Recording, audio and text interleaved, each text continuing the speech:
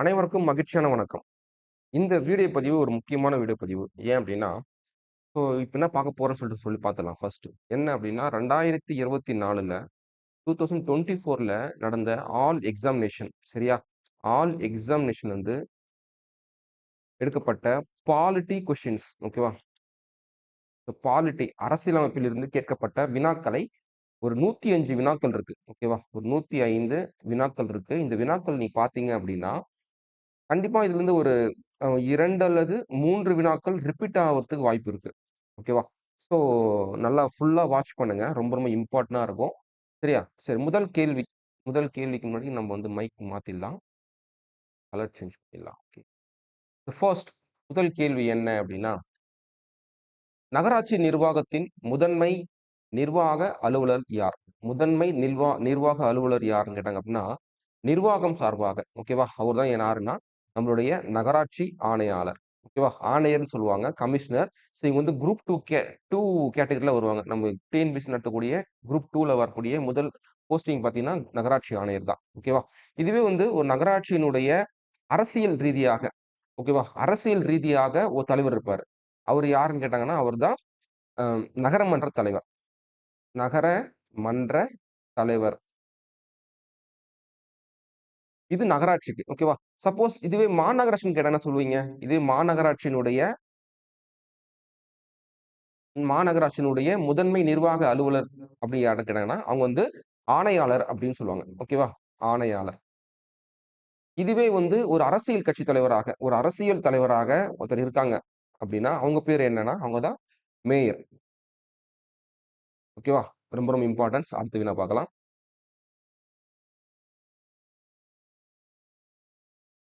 அடுத்த கேள்வி. கீழ்க்காணும் எந்த மாநிலங்களில் பொதுவான மன்றத்தை உயர்நீதிமன்றத்தை பெற்றுள்ளது? அதாவது நம்மளுடைய உயர்நீதி நீதித்துறை பார்த்தீங்க அப்படின்னா, அ ஒரு ஒரே ஒரு ஒவ்வொரு ஸ்டேட்டுக்குமே கண்டிப்பா ஒரு உயர்நீதிமன்றம் இருக்கும்.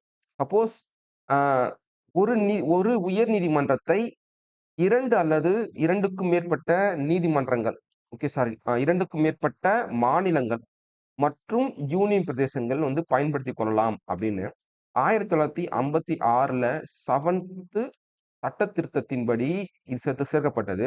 அப்படி பார்க்கும்பொழுது கீழ்காணும் எந்த மாநிலங்கள் பொதுவான உயர்நீதிமன்றத்தை பெற்றுள்ளது சொல்லிட்டு பார்த்தோம் அப்படின்னா option C Punjab, Haryana. So பஞ்சாபுக்கும் ஹரியானாவுக்கும் பொதுவான ஒரு உயர்நீதிமன்றத்தை தான் பயன்படுத்தி கொண்டு வருகிறார்கள். அது மட்டும் இல்லாம இப்ப தமிழ்நாடுன்னு பார்த்தோம்னு வச்சுங்களேன். தமிழ்நாட்டுக்கு ஒரு சென்னை உயர்நீதிமன்றம் இருக்கா? சென்னை உயர்நீதிமன்றம் இருக்கா? அப்போ இந்த உயர்நீதிமன்றத்தை இன்னொருத்தருக்கும் பயன்படுத்தி கொண்டு வராங்க. அவங்க யாரு அப்படின்னா பாண்டிச்சேரி. ஓகேவா? பாண்டிச்சேரி தான் நமக்கு பயன்படுத்தி கொண்டு வரார்கள். இது வந்து ஒரு முக்கியமான ஒரு வினா. அடுத்த பாயிண்ட். அடுத்த கேள்வி பார்த்தோம் அப்படின்னா, மனித உரிமைகள் நாள் கொண்டாடப்படுவது டேஷ் ஆகும். எப்போ மனித உரிமைகள் நாள் கொண்டாடுறாங்க அப்படின்னா, டிசம்பர் 10 அன்னைக்கு செலிப்ரேட் பண்றாங்க. ஓகேவா? இது நல்லா படிச்சுக்கங்க. மனித உரிமைகள் தேசிய மனித உரிமைகள் ஆணையம். ஓகே. தேசிய மனித உரிமைகள் ஆணையம் எப்போது தொடங்கப்பட்டது? அதேபோல தமிழ்நாட்டுல மாநில மனித உரிமைகள் ஆணையம் எப்போது தொடங்கப்பட்டது என்பதை நீங்க கண்டுபிடிங்க. எனக்கு தெரியும். நான் சொல்ல மாட்டேன். இருந்தாலும் நீ கண்டுபிடிச்சு நோட் பண்ணி வைங்க. அடுத்த கேள்வி. கீழே கொடுக்கப்பட்டுள்ள குழுக்களை காலவரிசைப்படி எழுதுக. காலவரிசைப்படி எழுதுகன்னு சொல்றாங்க. இது வந்து பார்த்தீங்கன்னா, 4த் question option D. Option D பார்த்தோம் அப்படின்னா, என்ன குடுத்துருக்காங்க? 2413 ஓகேவா? ஸோ 2413 தான் இது ஆப்ஷன். 24 அப்போ 2, 4, 241 அண்ட் 3 ஓகேவா? இதுதான் கால வரிசைப்படி. அப்போ 1 2, 4, 1, 3 தான் கால வரிசைப்படி அமைக்கப்பட்ட ஒரு குழு. இது வந்து அ இது ஒரு முக்கியமான ஒரு குழு தான். எதற்காக அமைக்கப்பட்ட குழு என்பதை நீங்க கண்டுபிடிச்சு வைங்க. இது ஸ்கூல் புக்ல இருக்கு. 12த் புக்ல அழகா குடுத்திருப்பாங்க. அதே போல 9த் புக்லயும் குடுத்திருப்பாங்க. இது கண்டுபிடிங்க. படிக்கலாம். சூப்பரா இருக்கும். அடுத்து அடுத்த கேள்வி. கீழ்காணும் வாக்கியங்களில் கட்சி தாவல் தடை சட்டத்தை பற்றி சரியான கூற்று எது? ஓகேவா? கட்சி தாவல் தடை சட்டம் எதில் அமைக்கப்பட்டுள்ளது அப்படின்னா, அட்டவணை 10ல் இருக்கு. ஓகேவா? இப்போ இந்த அட்டவணை 10ல் இருக்கக்கூடிய கட்சி தாவல் தடை சட்டம் பற்றிய கூற்றுகளில் சரியானது எதுன்னு கேட்டாங்க அப்படின்னா, ஆப்ஷன் 52வது அரசியலமைப்பு சட்ட திருத்தத்தின்படி 84 சேர்த்தாங்களா? கிடையாது. ஓகேவா? ஆப்ஷன் பி தான் சரியான விடை. சாரி 9 அட்டவணையா? சாரி 10ன்னு போட்டேன். சரி 9வது அட்டவணையில் இணைக்கப்பட்டுள்ளது. Option B the correct answer. ஓகேவா? அடுத்து. சாரி. ஆப்ஷன் மாறி இருக்கு. வைக்கலாம். ஓகே. பாருங்க. இது அழிச்சிடலாம். ரைட். இந்த கேள்விக்கான விடை என்ன அப்படின்னா ஆப்ஷன் பி 1 and 3. ஓகேவா? 1 மற்றும் 3 சரியானது. ஓகே 1 மற்றும் 3 சரியானது. அப்போ ஆப்ஷன் வந்து பி. அடுத்த கேள்வி.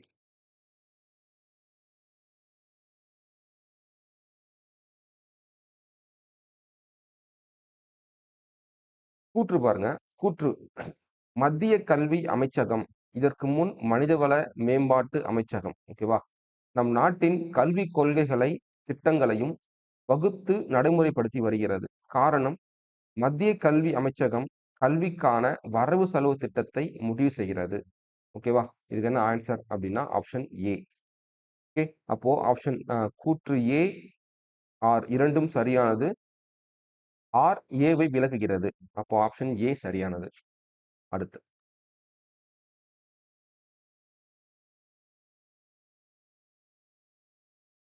அடுத்த கேள்வி.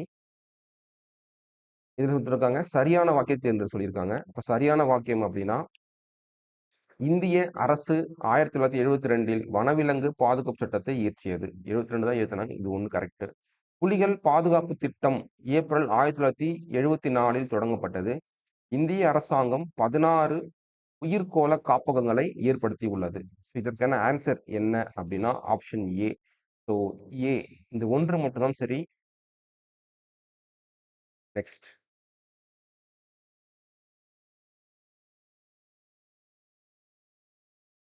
கீழ்காணும் அரசு நெறிமுறையுறுத்தும் கோட்பாடுகளை பற்றிய சரியான கூற்றை கண்டறிக. சட்டப்பிரிவு 36 இருந்து 51 வரை அரசு நெறிமுறையுறுத்தும் கோட்பாடுகள் பற்றி கூறியுள்ளது. இது correct. First one correct. Part இப்போ டிபிஎஸ்பின்னு சொல்லுவாங்க. ஆக்சுவலா வந்து டிபிஎஸ்பின்னு சொல்லுவாங்க. இந்த பார்ட் எதுல இருக்குன்னா பார்ட் 4ல இருக்கு. ஓகேவா? ஓகே பார்ட் 4ல இருக்கு. பார்ட் 1 என்ன? பார்ட் 1 வந்து பாத்தீங்கன்னா ஸ்டேட்னுடைய எல்லைகள் வரையறுக்கிறது. அடுத்து பார்ட் 2 பாத்தீங்க அப்படின்னா குடியுரிமை. பார்ட் 3 பாத்தீங்க அப்படின்னா அடிப்படை உரிமைகள். பார்ட் 4 அடிப்படை DPSP. Okay DPSP. Part 4A. 4A பாத்தீங்கன்னா அடிப்படை கடமைகள். ஓகேவா? இது வந்து பார்த்துட்டு இருக்கோம். அப்போ நெறிமுறைப்படுத்தும் கோட்பாடுகள் என்பது கான்ஸ்டியூஷன்ல பார்ட் 4 அமைஞ்சிருக்கு. பார்ட் 4ல பார்த்தீங்கன்னா 36ல இருந்து 51 விதிகளை கொண்டதுதான் இந்த பகுதி.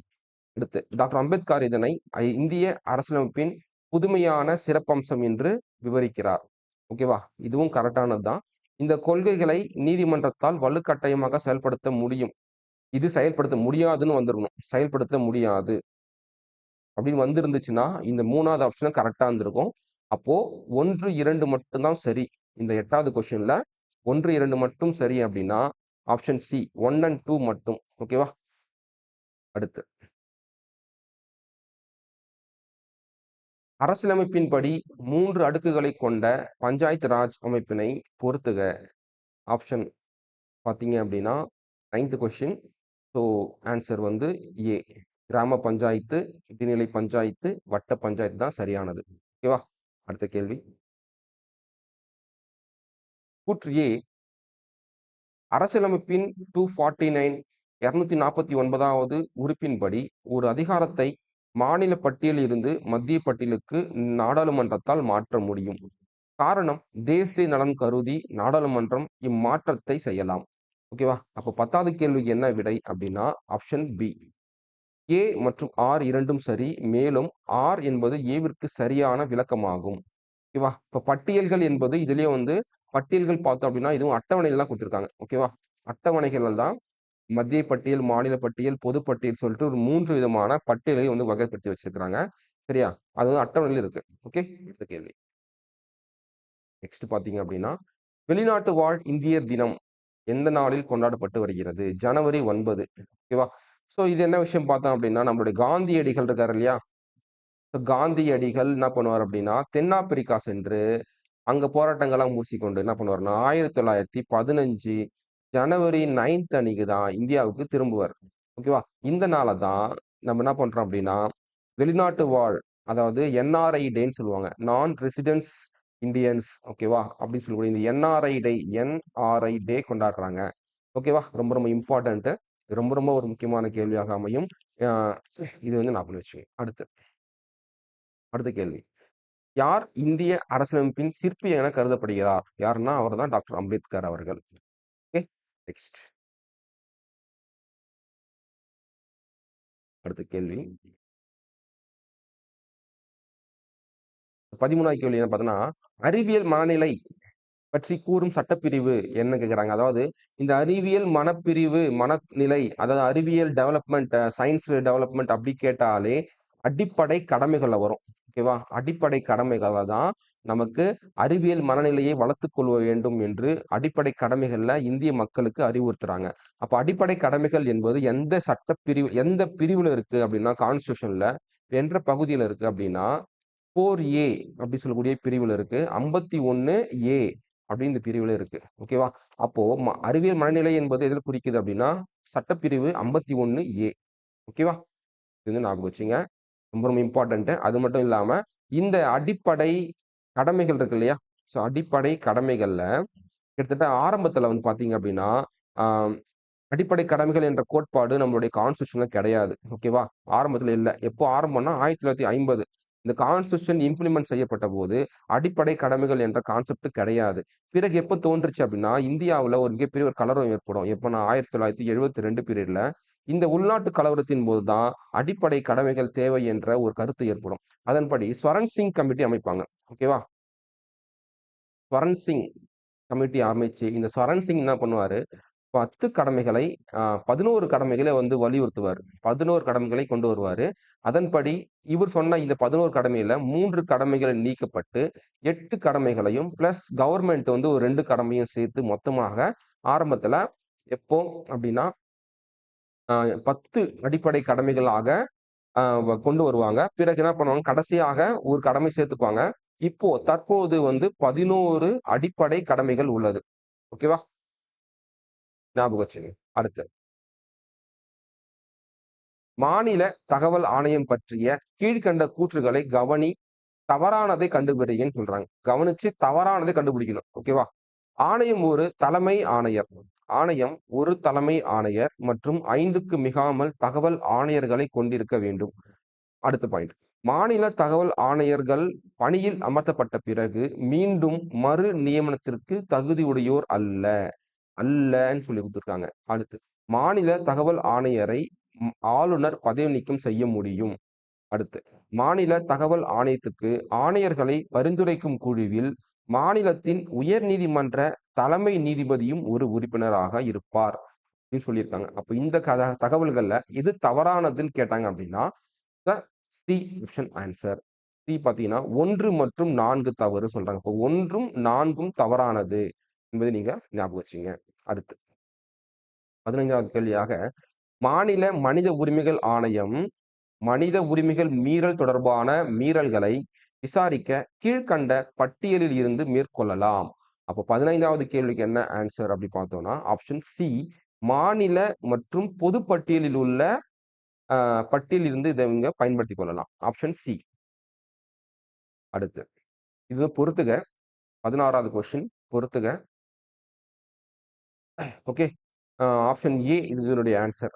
அப்போ ஆப்ஷன் ஏ என்னன்னு சொல்லிட்டு பார்த்தோம் அப்படின்னா 16வதுக்கு 1க்கு 2, பிக்கு பார்த்தீங்க அப்படின்னா 3, சிக்கு 4, டிக்கு 1. ஓகே. அடுத்த கேள்வி. 17வது கேள்வி. கொஞ்சம் சின்னதா ஆக்கிக்கலாம். அப்பதான் ஃபுல்லா தெரியும். ஓகே. பின்வரும் ஆணையங்களை அதன் அமைப்பின் கால வரிசைப்படி ஒழுங்கமைக்கவும். சர்க்காரிய ஆணையம், புன்ஷி ஆணையம், ராஜமன்னார் குழு, முதல் நிர்வாக சீர்திருத்த ஆணையம். இது வந்து காலவரிசை பத்தி சொல்லியிருக்காங்க. அப்படி படி பார்க்கும்போது 17வதுக்கு என்ன ஆன்சர் அப்படின்னா ஆப்ஷன் பி. ஓகேவா? முதலில் அமைக்கப்பட்ட ஆணையம் என்னன்னா இதுதான். ஃபர்ஸ்ட் ஒன் நிர்வாக சீர்திருத்த குழு. ராஜமன்னார் கமிட்டி, சர்காரியா கமிஷன், தென் முன்ஷி ஆணையம். இதுதான் வந்து வரிசைப்படுத்தி எழுதுறது. Option B. அடுத்து, அரசியலமைப்பில் எந்த விதி ஒரு மாநில முதலமைச்சருடன் தொடர்புடையதல்ல? கீழே கொடுக்கப்பட்டுள்ள, அதாவது இந்த 4 விதிகள்ல எந்த விதி வந்து சிஎம்முக்கு தொடர்பில்லாத ஒரு விதி அப்படின்னு சொல்றாங்க அப்படின்னா, ஆப்ஷன் சி 165. ஓகேவா? 18வதுக்கு சி 165 தொடர்பில்லாதது. இந்த தொடர்பில்லா சொன்னோம் இல்லையா? அப்போ மாநிலங்கள் அதாவது பகுதி 6ல போய் பார்த்தீங்க அப்படின்னா 6, ஓகேவா? 6ல போய் பார்த்தீங்க அப்படின்னா மாநில அரசாங்கம் சொல்லிட்டு ஒண்ணு இருக்கும். ஓகேவா? மாநில அரசு. இந்த மாநில அரசுல இருக்கக்கூடியவர்கள் தான், நிர்வாகத்துல வரக்கூடியவர்கள் தான் நம்மளுடைய ஆளுநர் மற்றும் முதலமைச்சர்கள். அந்த பிரிவில் தான் இவங்க வருவாங்க. இது கொஞ்சம் ஞாபகம் வச்சுங்க. ஓகேவா? அப்போ 18வதுக்கு ஆன்சர் என்னன்னா சி. அடுத்த கேள்வி. பாராளுமன்றம் என்னும் சொல், ஓகே, பாராளுமன்றம் என்னும் சொல் பேசு என்ற பொருளடக்கிய பார்லே எனும் டேஷ் சொல்லில் இருந்து பெறப்பட்டது. இந்த பார்லே என்ற மீனிங் என்ன அப்படின்னா, பேசுன்னு பொருளா இருக்கும். இந்த பார்லே எந்த மொழியை சார்ந்தது என்று கேள்வி கேட்கிறாங்க. 19வதுக்கு ஆப்ஷன் ஏ பிரெஞ்சு மொழியை சார்ந்தது. அடுத்த கேள்வி. இந்திய ஜனாதிபதி, ஓகே, இந்திய ஜனாதிபதி நேர்முக தேர்தல் மூலம் தேர்ந்தெடுக்கப்படுகிறார். ஓகேவா? இது ஃபர்ஸ்டே தப்பு தான். முதல்ல தப்பு தான். இந்திய ஜனாதிபதி வந்து மறைமுக தேர்தல் மூலமாக தேர்ந்தெடுப்பாங்க. ஓகே, மறைமுக தேர்தல், மறைமுக தேர்தல் மூலமாக தேர்ந்தெடுக்கப்படுவார்கள். இந்திய ஜனாதிபதி பெயரளவில் அரசின் தலைவர் ஆவார். ரைட், இது கரெக்டா தான் இருக்கு. அப்போ 2வது தப்பு. அப்போ ஆப்ஷன் சொல்றாங்கன்னா ஆப்ஷன் பி தான் கரெக்டா வரும்னு நினைக்கிறேன். அப்போ 20 பார்த்தோம் அப்படின்னா ஆப்ஷன் பி ரைட். ஆப்ஷன் 2 மட்டும் தான் சரி. ஓகேவா? சரியானது கேட்டிருக்காங்க இல்லையா? அப்போ சரியானது மட்டும் டிக் பண்ணா போதும். ஓகேவா? அப்போ நம்மளுடைய பிரசிடென்ட், இப்ப ஜனாதிபதினா யாரு? நம்மளுடைய இந்தியாவினுடைய பிரசிடென்ட். இந்த பிரசிடென்ட் பற்றி கூறக்கூடிய விதிகள் என்ன அப்படின்னா, 52ல இருந்து 62 வரைக்கும் இவர் தான் இருப்பார். விதி 52ல இருந்து 62 வரைக்கும் பற்றி கூறக்கூடியது எல்லாமே பிரசிடென்ட் பத்தி தான். ஓகேவா? அடுத்து பிரசிடென்ட் பத்தி சொல்லுவாங்களா? அடுத்து வைஸ் பிரசிடென்ட் இருக்காங்க இல்லையா? வைஸ் பிரசிடென்ட் பத்தி கூறக்கூடிய விதிகள் என்ன அப்படின்னா, 63ல இருந்து 71. ஓகே. இப்ப 72வது விதி என்ன அப்படின்னா, மன்னிக்கும் அதிகாரம். மன்னிக்கும் அதிகாரம் இதுல வரக்கூடியது. ஓகேவா? அப்ப மன்னிக்கும் அதிகாரம் என்பது பிரசிடென்ட்க்கு உரித்தானது. ஓகேவா? பிரசிடென்ட்க்கு உரித்தான ஒரு விஷயம். தூக்கு தண்டனையும் நிறுத்தி வைக்கும் அதிகாரம், மன்னிக்கும் அதிகாரம் யார்ட்ட இருக்குன்னா, நம்மளுடைய பிரசிடென்ட் இருக்கு. அப்போ இத பாத்துங்க. விதிகள் என்பது என்ன? 52 to 62 பிரசிடென்ட் பத்தியும், 63 to 71 நம்மளுடைய வைஸ் பிரசிடென்ட் பத்தியும் கூறக்கூடியது கான்ஸ்டிடியூஷன்ல. அடுத்து, அரசு நெறிமுறை கொள்கைகளை நோக்கங்கள் மற்றும் விளைவுகளின் அறிக்கை என அழைத்தவர் யார்?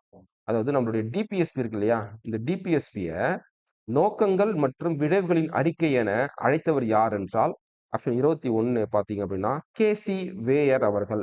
ஸோ கேசி வேயர் அவர்கள் தான் இதை அப்படி அழைச்சிருக்கார். அடுத்து, அடிப்படை கடமைகள் பற்றி கூற்றுகளை கருதுக. தவறானதனை கண்டுபிடிக்கணும். ஓகேவா? தவறா இருக்கு என்ன சொல்றாங்க? அப்போ வரி செலுத்துதலை நம்மளுக்கு அடிப்படை கடமை இல்லை, இது தப்பு. சொத்து பொது சொத்துக்களை பாதுகாத்தல், இது அடிப்படை கடமையில வரும். இந்தியாவின் வளமான பாரம்பரியத்தை பேணுதல், இதுவும் நமக்கு அடிப்படை கடமைகள்ல வரும். தேர்தலில் வாக்களித்தல், இது வந்து பாத்தீங்கன்னா அடிப்படை கடமையில வராது. அப்ப தவறானது பாத்தீங்கன்னா 2 மற்றும் 4 எங்க இருக்கு? Option D. ஓகேவா? அப்ப ஆப்ஷன் டி பாத்தீங்கன்னா 22வதுக்கு பாத்தீங்க அப்படின்னா ஆப்ஷன் டி. ஓகேவா? நல்லா புரிஞ்சிக்கணும். நம்ம ஸ்வரன் சிங் கமிட்டி சொன்னோம் பாத்தீங்களா? ஸ்வரன் சிங் கமிட்டியில அவர் சொன்ன 11 கடமைகள்ல 3 கடமைகள் வந்து என்ன பண்ணிடுவாங்கன்னா நிராகரிச்சிருவாங்க கவர்மெண்ட். அதுல ஒரு கடமை தான் இது. இந்த வரி செலுத்துதல் அடிப்படை கடமையாக்கணும் அப்படின்னு சொல்லுவாரு. ஆனா கவர்மெண்ட் என்ன பண்ணிடுவாங்க? இது வேண்டாம் அப்படின்னு இத நீக்கிட்டு 3 நீக்கிடுவாங்க. அ அப்புறம் 8 ஆயிடும். அவர் சொன்னது 8 ஆயிடும். கவர்மெண்ட் சொன்னது 2 மொத்தம் 10ஆக வெளியிடுவாங்க. பிறகு 1 ஆட் பண்ணி இப்போ தற்பொழுது 11 அடிப்படை கடமைகள் இருக்கு. ஞாபகம் வச்சுங்க. ஓகேவா? ஸோ 11வது அடிப்படை கடமை என்ன தெரியுமா? ரொம்ப ரொம்ப இம்பார்ட்டன்ட். அ 51(a)ல கேன்னு சொல்லுவாங்க. இந்த 51(a)ல கே என்ன அப்படின்னா, குழந்தைகளுக்கு அடி ஆ எத்தன வயசு குழந்தைகளுக்கு?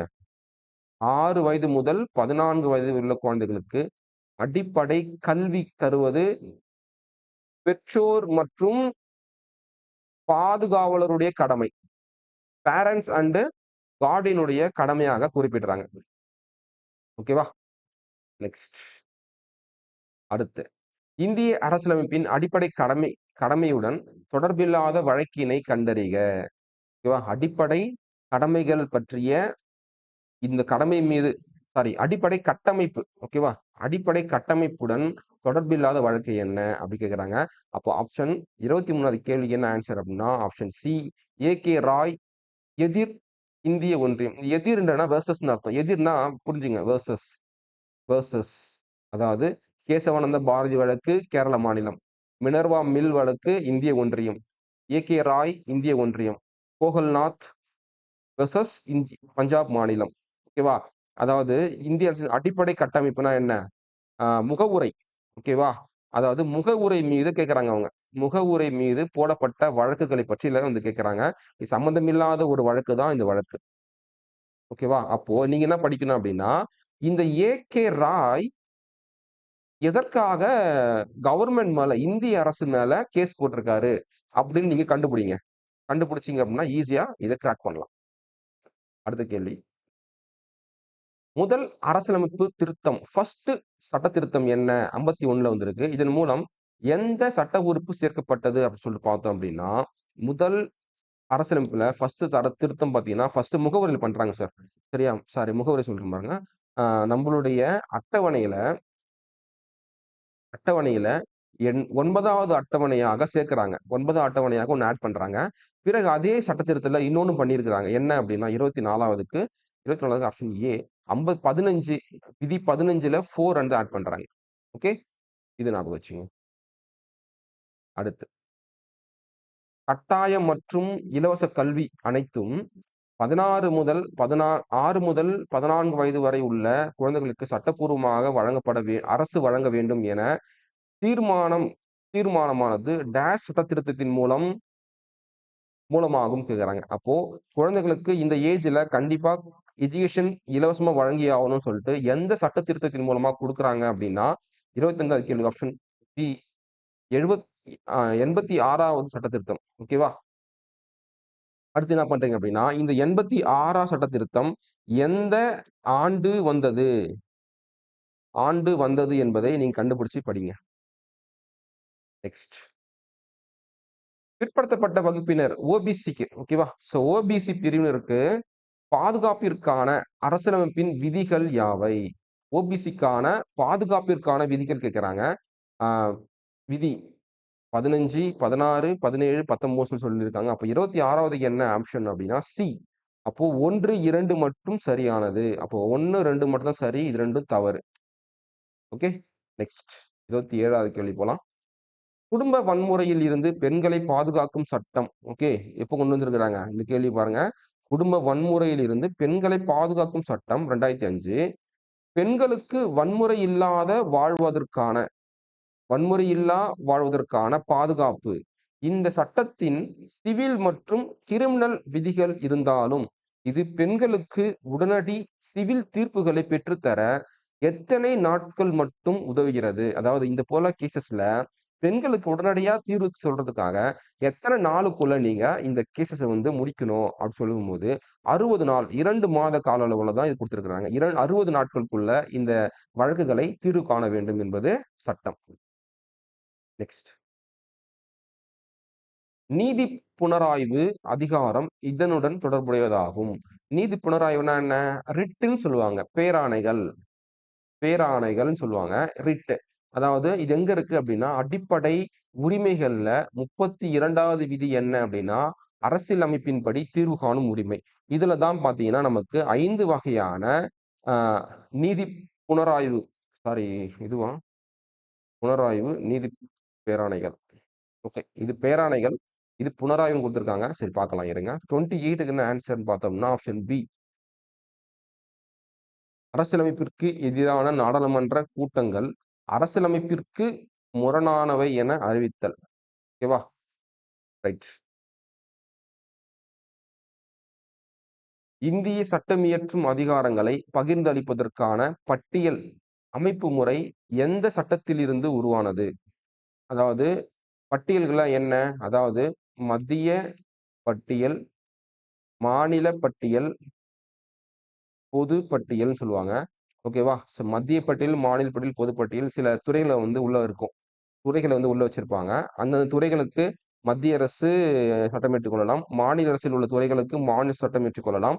பொது பட்டியலில் உள்ள துறைகளுக்கு மத்திய அரசும், மாநில அரசும் சட்டம் இயற்றிக் கொள்ளலாம். 2ம் சமமாக வரும்போது இதில் மத்திய அரசின் சட்டமே உயர்ந்ததாக கருதப்படும். இதுதான் கான்செப்ட். இந்த பட்டியல் என்ற முறை எந்த சட்டத்திலிருந்து உருவாக்கப்பட்டதுன்னு சொல்லிட்டு கேட்கறாங்க. ஓகேவா? அப்ப 29வது ஆப்ஷன் என்ன அப்படின்னா, மாண்டெகு சேம்ஸ்போர்ட் சீர்திருத்த சட்டம் 1919ல கொண்டு வரப்பட்டது. இதிலிருந்து தான் பட்டியல் என்ற முறையை வந்து ஃபாலோ பண்றாங்க. ஓகேவா? அடுத்து 30வது கேள்வி பார்க்கலாம். மாநில சட்டமன்ற உறுப்பினர்களின் தகுதி இழப்பு தொடர்பான தவறான சட்ட உறுப்பை கண்டறிக. அதாவது மாநில சட்டமன்ற உறுப்பினர் தகுதி இழப்பு தொடர்பானதுன்னு சொல்றாங்க. அப்போ தகுதி இழப்பு என்ன விஷயம் சொல்லும்போது, இதுக்கான விடை என்ன அப்படின்னா, ஆப்ஷன் சி 1 மட்டும். ஓகேவா? இது மட்டும் தவறானது சொல்றாங்க. அப்போ இது எல்லாமே சரியானது. ஓகேவா? நீங்க இப்படி படிக்கணும். நெக்ஸ்ட் மாநிலம் சட்டமன்றம் தொடர்பான கீழ்க்கண்ட இணைகளில் சரியானவற்றை தேர்ந்தெடு. பார்லிமென்ட் சாரி அசெம்பிளி அசெம்பிளி சொல்லுவாங்க. இது வந்து நம்மளுடைய லெஜிஸ்லேட்டிவ் அசெம்பிளின்னு சொல்லுவாங்க. அந்த அசெம்பிளில சரியான இணை கேட்குறாங்க. ஓகேவா? அப்போ 31வது கேள்விக்கு என்னன்னா ஆப்ஷன் ஏ 1 மற்றும் 2 தான் சரின்னு சொல்லியிருக்காங்க. அப்போ 1 மற்றும் 2 தான் சரியானதாக இருக்கும். ஓகே, ஞாபகம் வச்சுங்க. அடுத்து கூற்று காரணம். கூற்று பாருங்க. நாடாளுமன்றத்தின் இரு அவைகளிலும் உரையாற்றும் சிறப்புரிமை இந்திய தலைமை வழக்கறிஞருக்கு உண்டு. இது கரெக்ட். நாடாளுமன்ற உறுப்பினர்களை போன்றே இந்திய தலைமை வழக்கறிஞரும் சிறப்பு சலுகைகளையும் விலக்களிப்புகளையும் கொண்டுள்ளார். ஓகேவா? இதுவும் கரெக்ட் தான் நினைக்கிறேன். பார்க்கலாம் இருங்க. ஆப்ஷன் 32 ஆப்ஷன் டி கூற்று ஏ காரணம் ஆர் இரண்டும் சரி. ஓகேவா? 2ம் சரிதான். ஆனா ரீசன் தப்புன்னு சொல்றாங்க. காரணம் வந்து கூற்றுக்கு சரியாக விளக்கம் அளிக்கல. இந்த காரணம் வந்து சரியான விளக்கம் தரல கூற்றுக்குன்னு சொல்றாங்க. ஓகேவா? ஆனா 2 கண்டென்ட்டுமே கரெக்ட் தான். நம்மளுடைய சிஏஜி இருக்காரு இல்லையா? சாரி தலைமை வழக்குரைஞர் ஏஜி சொல்லுவாங்க. Advocate general. ஓகேவா? அ அவரு வந்து அவருக்கு வந்து பார்லிமென்ட்ல உரையாற்றுவதற்கு உரிமை உண்டு. அதேபோல பார்லிமென்ட்ல இருக்கக்கூடிய சிறப்பு சலுகைகளையும், விலக்களிப்புகளும் அவருக்கு உண்டு. ஓகேவா? ஆனா அங்க அவருக்கு வாக்களிக்கும் உரிமை கிடையாது. யாருக்கு? நம்மளுடைய ஏஜிக்கு வாக்களிக்கும் உரிமை கிடையாது. இல்ல அவருக்கு. ஓகேவா? அடுத்த கேள்வி 33வது கேள்வி வந்துட்டோம். ஏழைகளுக்கு சமநீதி மற்றும் இலவச சட்ட உதவி இதன் மூலம் உத்திரவாத உத்திரவாதப்படுத்தப்பட்டுள்ளது. சமநீதி, சட்ட உதவி அப்படின்னு வந்தாலே டிபிஎஸ்பி. இது வந்து டிபிஎஸ்பில தான் இருக்கும். ஓகேவா? டிபிஎஸ்பின்னா என்ன? அ அரசியலமைப்புக்கு உட்பட்டு சாரி அரசுக்கு வழிகாட்டும் நெறிமுறை கோட்பாடுகள் சொல்லுவாங்க. அதுல பார்க்கும்பொழுது 33வது என்ன ஆன்சர்னா ஆப்ஷன் பி. அரசியலமைப்பு விதி 39 ஏ. ஓகேவா? 2மே டிபிஎஸ்பில தான் இருக்கும். ஸோ டிபிஎஸ்பியினுடைய விதிகள் தெரியும்ல? சொல்லிட்டேன் ஆல்ரெடி ஸ்டார்ட்டிங்லே. அடுத்து கீழ்க்கண்ட வாக்கியங்களை கவனிக்கவும். முகவுரை இந்திய அரசியலமைப்பின் ஒரு பகுதியாகும். முகவுரையை திருத்தப்படலாம். முகவுரையில் கூறப்பட்டிருக்கும் ஏற்பாடுகள் நீதிமன்றங்கள் மூலம் செயல்படுத்த முடியாது. முகவுரையே அதிகாரத்தின் மூலமும் ஆதாரத்தின் மூலமாகும் அப்படின்னு சொல்றாங்க. கவனிக்கவும் சொல்றாங்க. சரியானது கேட்கறாங்க. ஓகேவா? நீ தான் பார்க்கணும். சரியானது எதுன்னு சொல்லிட்டு கேட்கறாங்க. 34வதுக்கு என்ன ஆன்சர்னா ஆப்ஷன் ஏ 1, 2 மற்றும் 3 சரி. ஓகே 1 சரி, 2 சரி, 3 சரி, 4வது தவறு. அடுத்த கேள்வி. சமதர்மம் என்ற சமதர்மம் மற்றும் சமய சார்பற்ற என்ற வார்த்தைகளை இந்திய அரசியலமைப்பின் முகப்புரையில் சேர்த்த சட்டத்திருத்தம் என்ன அப்படின்னா 42 அமெண்ட்மெண்ட் 42வது சட்டத்திருத்தம் 1976ல சேர்த்திருக்காங்க. ஓகேவா? நெக்ஸ்ட் தகவல் அறியும் உரிமை சட்டம் 2005 ஓகே தொடர்பாக கூற்றுகளில் தவறானது கேட்கிறாங்க. ஓகேவா? தப்பானதுன்னு சொல்லி கேட்கிறாங்க. நீங்க கேள்வி படிக்கிறது முக்கியம் இல்ல. அவங்க சரியானதை கேட்கிறாங்களா, தவறானதை கேட்கிறாங்கன்றதுதான் விஷயமே. ஓகேவா? அதுபடி பார்க்கும்போது ஆப்ஷன் பி தான் இதுல தப்பு. அப்போ சரியானது என்ன? குடிமக்களுக்கு தகவல் அறியும் உரிமை சட்டத்தின் நடைமுறையில் இருக்கும் படியான ஒரு ஆட்சி முறையை அமைக்க வேண்டும். இது அனைத்து அரசியலமைப்பு பொது நிறுவன ஆணை உரிமை கொண்டோருக்கும் பொருந்தும். தனியார் நிறுவனங்கள் இச்சட்டத்தின் கீழ் நேரடியாக வரும்படி செய்யப்படவில்லை. அப்போ ஆப்ஷன் பி தான் தவறானது. இது அனைத்து மாநிலங்கள் மற்றும் யூனியன் பிரதேசங்களுக்கும் பொருந்தும். ஓகேவா? அடுத்த கேள்வி.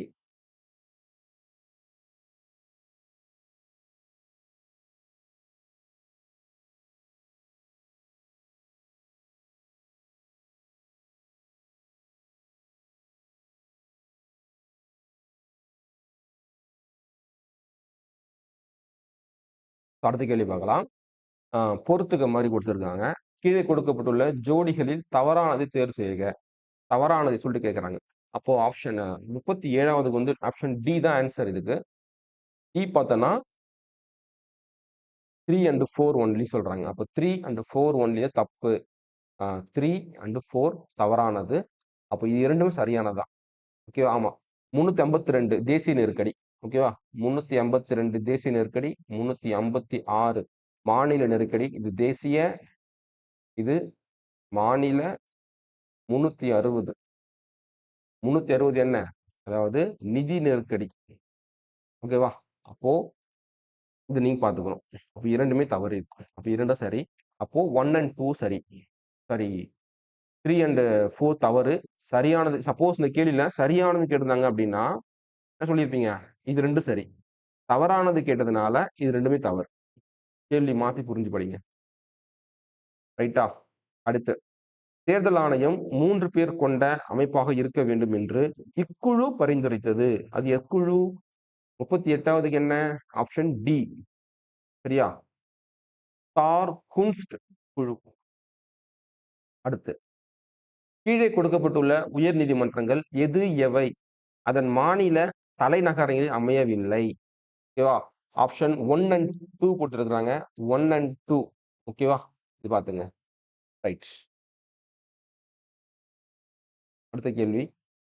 உச்ச நீதிமன்றத்திற்கு தனது தீர்ப்புகளையும் உத்தரவுகளையும் மறு ஆய்வு செய்யும் அதிகாரம் உண்டு என்று கூறுவது என்ன? கான்ஸ்டிடியூஷன் விதி, அரசியலமைப்பின் விதி 137. ஓகேவா? அடுத்து, கல்வியானது மத்திய அரசின் கட்டுப்பாட்டில் இல்லை என்றாலும் வழிகாட்டுதலின்படி இருக்க வேண்டும் என்று குறிப்பிட்டவர் யார் அப்படின்னா மௌலானா ஆசாத்.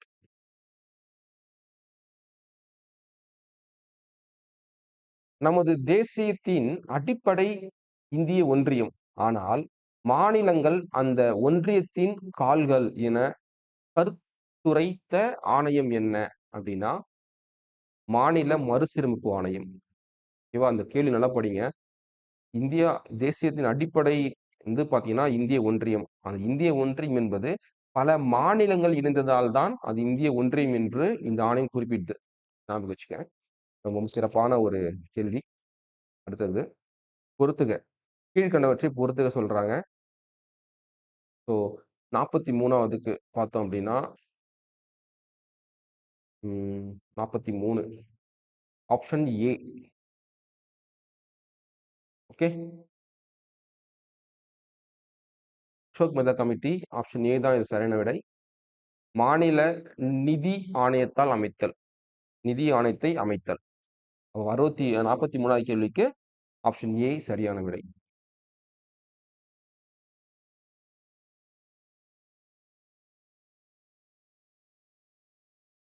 ஒரு நிமிஷம் தவறு. 43ஆ? 43வது பார்த்தீங்கன்னா பொறுத்துக சொல்லியிருக்காங்க. ஸோ பொறுத்துக நம்ம வந்து பார்க்கலாம். சுருக்கல். ஓகே, என்ன அப்படின்னா பொறுத்துகளை பாருங்க. அசோக் மெத்தா கமிட்டி. ஸோ அசோக் மெத்தா கமிட்டியில் என்ன வருவார் அப்படின்னா க்ரீக் வருவார். ஓகே, அசோக் மெத்தா கமிட்டி 2 அடுக்கு பஞ்சாயத்து முறையை கொண்டது. அதே போல Balwant Rai committee. So Balwant Rai committee வந்து 3 அடுக்கு ஊரக பஞ்சாயத்து முறையே கொடுத்தவங்க. GVK. Rao. So GVK. Rao committee வந்து செகண்ட் ஊரக வளர்ச்சி ஆணையர் பதவி உருவாக்கம். அதே போல காட்கில் குழு வந்து ஃபர்ஸ்ட் சொல்றாங்க. அப்போ ஆன்சர் என்ன அப்படின்னா இதுக்கு வந்து பார்த்தீங்கன்னா 4 சாரி 3 4 3 4 2 1 3 4 2 1 இதுதான் ஆன்சர். ஓகேவா? கொஞ்சம் பார்த்துங்க. அடுத்து பஞ்சாயத்து ராஜ் பற்றிய சரியான வாக்கியங்களுடன் தேர்வு செய்க. வாக்கியங்களுள் தேர்வு செய்க. அப்போ 44வது ஆன்சர் பார்த்தீங்க அப்படின்னா 1 3 4 கரெக்ட். ஓகேவா? 1 3 4 சரி. ஓகேவா? இது ஞாபகம் வச்சுங்க. ரொம்ப ரொம்ப இம்பார்ட்டன்ட். அடுத்து 45. 45வதுக்கு என்ன அப்படின்னா சி சொல்றாங்க பாருங்க. கூற்று பாருங்க. கூற்று ஒரு மாநிலத்தின் ஆளுநரும் அமைச்சரவை குழுவும் ஒருவருக்கொருவர் பதிலளிக்க தேவையில்லை. காரணம் என்ன? ஏனெனில் இருவரும் மக்களுக்கு பதிலளிக்க பொறுப்புடையவர்கள். இங்க மக்கள் வந்துடக்கூடாது. சட்டமன்றத்திற்குன்னு வந்திருக்கலாம். ஓகேவா? சட்டமன்றத்திற்குன்னு வந்துருந்துச்சு அப்படின்னா 2மே சரிதான். ஆனா இங்க மக்களுக்குன்னு வந்த வாசி என்ன சொல்ல முடியாது. 2வது காரணம் தவறு சொல்றாங்க. அப்போ சரி. ஏ சரி. ஆர் தவறு. ஓகேவா?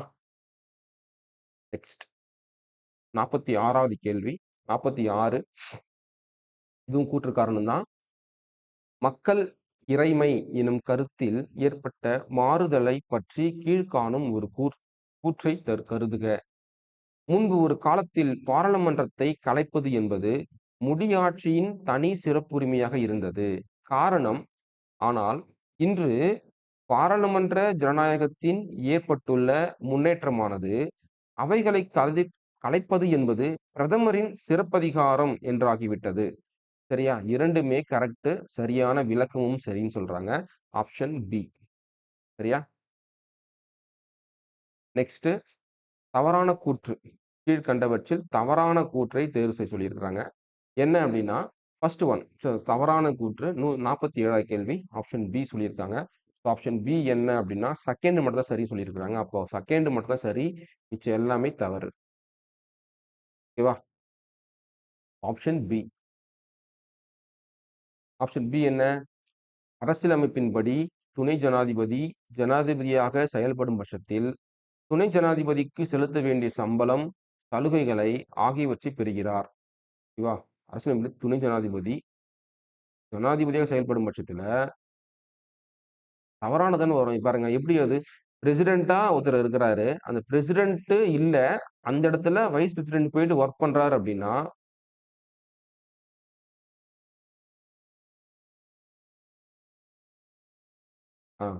வைஸ் பிரசிடென்ட் போய் ஒர்க் பண்றாரு அப்படின்னா பிரசிடென்ட்டுக்கான சம்பளம் தான் கொடுக்கணும்.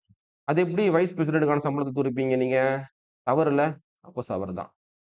அடுத்து துணை ஜனாதிபதி மேலவை உறுப்பினராவதற்கு தகுதி உடையவர். இது கரெக்ட். ஜனாதிபதியால் உயர் நீதிமன்ற நீதிபதியின் எண்ணிக்கை முடிவு செய்யப்படுகிறது. இதுவும் கரெக்ட். குடியரசுத் தலைவரின் கட்டுப்பாட்டில் அவசர கால நிதி இருக்கு. இதுவும் கரெக்ட். அப்போ இதுதான் தப்பு. அப்போ தவறானது பத்தினா செகண்ட் மட்டும் தான். ஓகே. கூற்று பார்க்கலாம். 48வது கேள்வி கூற்று. பண மசோதா நாடாளுமன்றத்தின் இரு அவைகளிலும் அறிமுகப்படுத்த முடியும். இது தப்புங்க. எப்பவுமே பண மசோதா மக்களவையில மட்டும்தான் தாக்கல் செய்ய முடியும். ஓகே. மக்களவையில மட்டும்தான் ஐ மீன் லோக்சபால மட்டும்தான் கொண்டு வர முடியும். பாராளுமன்றத்தின் கீழ் சபை மக்களால் தேர்ந்தெடுக்கப்பட்ட அமைப்பாகும். அதாவது பாராளுமன்றத்தின் கீழ் சபைன்னா லோக்சபா. ஓகே. லோக்சபா மக்களால் தேர்ந்தெடுக்கப்பட்ட அமைப்பாகும். ஆமா, இது சரி. ஓகேவா? அப்ப ஒண்ணு கூற்று தவறு. காரணம் சரியா இருக்குன்னு சொல்றாங்க. ஓகேவா? ஓகே. கூற்று தவறு. ஆனால் ஆர் என்பது சரி. அப்போ ஆப்ஷன் டி. ஓகேவா? புரிஞ்சிருக்கும்னு நினைக்கிறேன். அதாவது பார்லிமெண்ட்ல பார்லிமெண்ட்ல 2 அவை இருக்கு. ஓகேவா? லோக்சபா அண்ட் ராஜ்யசபா இருக்கு. இந்த சபால ஒரு ஒரு பணம் சம்பந்தப்பட்ட ஒரு மசோதா லோக்சபால மட்டும்தான் கொண்டு வர முடியும். ராஜ்யசபால கொண்டு வர முடியாது. அதே போல ஒரு சாதாரண மசோதா இருக்கு இல்லையா? சாதாரண மசோதா எந்த அவையிலும் கொண்டு வரலாம். லோக்சபாலையும் கொண்டு வரலாம், ராஜ்யசபாலையும் கொண்டு வரலாம். ஓகேவா? என்ன போச்சுங்க. நெக்ஸ்ட் 49வது கேள்வி. கூட்டுறவு சங்கங்கள் தொடர்பான புதிய அரசு நெறிமுறை கொள்கைகளை சார்ந்து அரசியலமைப்பு சட்ட அரசியலமைப்பு திருத்த சட்டம் எது? அதாவது கூட்டுறவு சங்கங்கள் தொடர்பான புதிய அரசு நெறிமுறை கொள்கையை சார்ந்த அரசியலமைப்பு திருத்த சட்டம் எதுன்னா 97ஆம் சட்ட திருத்தம் 2011 கொண்டு வந்திருக்கிறாங்க. ஓகேவா? அடுத்த கேள்வி. அரசின் வழிகாட்டு நெறிமுறைகளை பாருங்க எவ்வளவு கேள்வி வருது பாருங்க. டிபிஎஸ்பி இருந்து எவ்வளவு கேள்விகள் வருது பாருங்க. டிபிஎஸ்பி இருந்து நீங்க கண்டென்ட் புரிஞ்சு படிச்சாலே போதுங்க. வெறும் அந்த ஆக்ட மட்டும் ஞாபகம் வச்சுக்காம தெளிவா படிச்சா எல்லாமே அட்டன் பண்ணலாம். டிபிஎஸ்பி இருந்து ஏகப்பட்ட கேள்வி கேட்டிருக்காங்க லாஸ்ட் இயர்ல. பற்றி கீழ்கண்ட வாக்கியங்களை கவனி மற்றும் கீழே கொடுக்கப்பட்டுள்ள வாக்கியங்களில் சரியானதை தேர்வு செய்ய சொல்லியிருக்காங்க. ஓகேவா? நாட்டின் ஆளுகைக்கான அடிப்படை கோட்பாடுகள் இந்த வழிமுறைகளில் கூறப்பட்டுள்ளது. கரெக்ட். அடுத்து ஐக்கிய நாடுகள் பிரகடனத்தின் மேம்பாட்டு உரிமைக்கான முன்னோடியாக இது கருதப்படுகிறது. நல்ல அரசு எனும் கருத்தியலை உள்ளடக்கியதாக இது நோக்கம் உள்ளது. இது ரைட்டு. வழிகாட்டு நெறிமுறைகளை அமல்படுத்துவதற்காக நாடாளுமன்றம் அடிப்படை உரிமைகளை திருத்தலாம். இது சரியானதா தெரியல. எனக்கு தெரிஞ்சு 2 கரெக்டா இருக்கு. பாத்தீங்க அப்படின்னா ஆல் கரெக்ட்னு கொடுத்துருக்காங்க. சரியா? அப்போ அனைத்துமே சரிதான். ஓகே, அனைத்தும் சரி. அடிப்படை கோட்பாடுகள் ஐ மீன் டிபிஎஸ்பியில். ஓகே, டிபிஎஸ்பி தான் பாருங்க. Directive principles of state policy தான் டிபிஎஸ்பி. அடுத்த கேள்வி 51. அடிப்படை கடமைகள் அமல்படுத்த எடுத்துக்கொள்ளப்பட்ட அடிப்படையான கொள்கையானது. அது அடிப்படை கடமைகளை அமல்படுத்த எடுத்துக்கொள்ளப்பட்ட அடிப்படை கொள்கையானது என்ன அப்படின்னா மேற்கூறிய அனைத்தும் என்ன? வளங்குன்றா வளர்ச்சி, முன்னெச்சரிக்கை கொள்கை, மாசுபடு மாசுபடுத்தும் செயலை செலவை ஏற்றல். இது எல்லாமே சரிதான். அடுத்து குடியுரிமையை பெறுவது அல்லது நீக்கம் செய்வது எனும் பாராளுமன்றத்தின் அதிகாரம் இச்சட்டப்பிரிவுடன் மூலம் ஆகிறது அப்படின்னா ஆர்டிகல் 11. இது எல்லாமே பாத்தீங்க அப்படின்னா குடியுரிமை பற்றியது. ஓகேவா? ஆர்டிகல் 11 ஏன் சொல்றாங்க அப்படின்னா 5 to 11 தான் பாத்தீங்க அப்படின்னா நம்மளுடைய குடியுரிமை பற்றி கூறக்கூடியது. ஓகேவா? இந்த குடியுரிமை பற்றி செகண்ட் பார்ட்ல கொடுத்துருக்காங்க. பார்ட் பகுதின்னு சொல்லுவாங்க. ஓகேவா? இந்த பகுதியில் பார்க்கும்போது இந்த 11வது விதி இருக்கு இல்லையா? இந்த 11வது விதி என்ன சொல்றாங்க அப்படின்னா குடியுரிமை குடியுரிமை மக்களுக்காக குடியுரிமையை மேம்படுத்த பாராளுமன்றம் சட்டங்கள் இயற்றிக்கொள்ளலாம் அப்படின்னு சொல்றாங்க. அதன்படிதான் 1955ல இந்திய குடியுரிமை சட்டம் கொண்டு வராங்க. இந்த சட்டத்துல 5 வகையில் குடியுரிமை பெறுவதற்கும் 3 வகையில் குடியுரிமை இழப்பதற்கும் வழிமுறைகள் வகுத்து வைக்கிறாங்க. அதான் கேட்கிறாங்க பாருங்க. குடியுரிமை பெறுவது 5 வகை, நீக்கம் செய்வது 3 வகை எனும் பாராளுமன்றத்தின் அதிகாரமானது எச்சட்ட உறுப்புடன் மூலம் அங்கீகரிக்கிறதுனா பார்ட் விதி 11. ஓகே, புரிஞ்சிருக்குன்னு நினைக்கிறேன். Next right. பொறுத்துக 53வது கேள்வியா? பொறுத்துக பாருங்க. சட்டப்பிரிவு 5 என்ன சொல்லுது? 5 வந்து 3. ஓகே, ஸோ 5 வந்து 3 ஆர்டிகல் 11 சொல்றாங்க. பாருங்க. அப்படி இப்ப பார்த்தோம் பார்த்தீங்களா? அதே கேள்வி வந்துருக்கு பாருங்க. குடியுரிமை மீதான பாராளுமன்றத்தின் அதிகாரம். ஆர்டிகல் 9 என்ன சொல்றாங்க? ஆர்டிகல் 9 இது எல்லாமே இந்த 5 to 11 இப்ப பார்த்தோம் இல்லையா? இந்த 5, 11, 9, 8 எல்லாமே குடியுரிமை சம்பந்தப்பட்டது. ஓகேவா? குடியுரிமையில எத்தனை இருக்குன்றாங்க? 5 to 11 இந்த இந்த சட்டப்பிரிவு கொடுத்து வச்சிருக்கிறாங்க. ஓகேவா? இப்போ சட்டப்பிரிவு 9 என்ன சொல்லுது அப்படின்னா 9 வந்து பார்த்தோம் அப்படின்னா 1 வெளிநாட்டு அரசுகளிடம் குடியுரிமை பெறுதல். சட்டப்பிரிவு 8 என்ன சொல்லுது அப்படின்னா இந்திய அரசமைப்பு சட்டம் துவங்கும் போது பெறப்பட்ட குடியுரிமை. அப்போ ஆப்ஷன் என்ன அப்படின்னா ஆப்ஷன் டி. ஓகேவா? இது கொஞ்சம் சுருக்கி காட்டமா? ஓகே, இதுதான் கான்செப்ட். ஞாபகம் வச்சுங்க. அடுத்த கேள்வி 54. 54 பாருங்க. திரும்ப டிபிஎஸ்பி பாருங்க. திரும்ப டிபிஎஸ்பி பாருங்க. எத்தனை கேள்வி பாருங்க டிபிஎஸ்பியில. அரசின் வழிகாட்டும் நெறிமுறை கோட்பாடு பற்றி கூறும் சரத்துக்கள் கேட்கிறாங்க. ரொம்ப ரொம்ப ஈஸி. 36 to 51. ஓகேவா? 51A வந்து அடிப்படை கடமைகள். Fundamental duties. அடுத்த கேள்வி. அரசியலமைப்பு அரசமைப்பு நிர்ணய சபையின் பணிகளை பற்றிய பின்வரும் நிகழ்வுகளை காலவரிசைப்படி ஒழுங்குபடுத்துக. சரியா? காலவரிசைப்படி ஒழுங்குபடுத்துனா 2134 2134 இதுதான் காலவரிசைப்படுத்துகிறது. ஃபர்ஸ்ட் இதுதான். ஃபர்ஸ்ட் கொடி தேசிய கொடி ஏற்றுக்கொள்ளப்பட்டது. இரண்டாவது இந்தியா காமன்வெல்த் அமைப்பின் உறுப்பினராக அங்கீகரிக்கப்பட்டது. Second one. தேர்ட் ஒன் பார்த்தீங்கன்னா தேசிய கீதத்தை ஏற்றுக்கொண்டது. ஃபோர்த் ஒன் பார்த்தீங்க அப்படின்னா பார்லிமெண்ட் தற்காலிக இந்திய பாராளுமன்றமாக தொடர்ந்து இயங்கியது. இதுதான் கான்செப்ட் லைன் ஆர்டர் வைஸ் பண்ணியிருக்காங்க. அடுத்து 56வது கேள்வி. 56வது கேள்வி என்ன அப்படின்னா பின்வருவற்றுள் RTE சட்டம் குறித்தான சரியான கூற்று கேட்கிறாங்க. சரியான கூற்றாகும் அப்படி கேட்கும்போது இலவச மற்றும் கட்டாய கல்விக்கான குழந்தைகளின் உரிமை இதுதான் கரெக்ட். ஓகேவா? அப்ப 56வது கேள்விக்கு என்ன ஆன்சர் அப்படின்னா 56க்கு சி ஆப்ஷன் கொடுத்துருக்காங்க. இதுவும் ஒன்று சொல்லியிருக்காங்க. சி ஆப்ஷன் பார்க்கும்போது 2 ஒன்லி. ஓகேவா? ஸோ 2 ஒன்லி தான் கரெக்ட். நான் சுருக்கி காட்டுறேன், நீங்க நோட் பண்ணி வச்சுங்க. ஓகே, இதுதான் கேள்வி. அடுத்த கேள்வி பார்க்கலாமா? ஓகே 57 சுருக்கியே காமிக்கிறேன், பெருசா இருக்கு கொஸ்டின். ரைட். பாருங்க கூற்று சொல்றாங்க பாருங்க. டாக்டர் BR அம்பேத்கர் இந்திய அரசியலமைப்பு சபையின் அரசியலமைப்பு சட்ட வடிவமைப்பு குழுவின் தலைவராக இருந்தார். சட்ட வடிவமைப்பு குழுவின் தலைவராக இருந்தால் கரெக்ட்.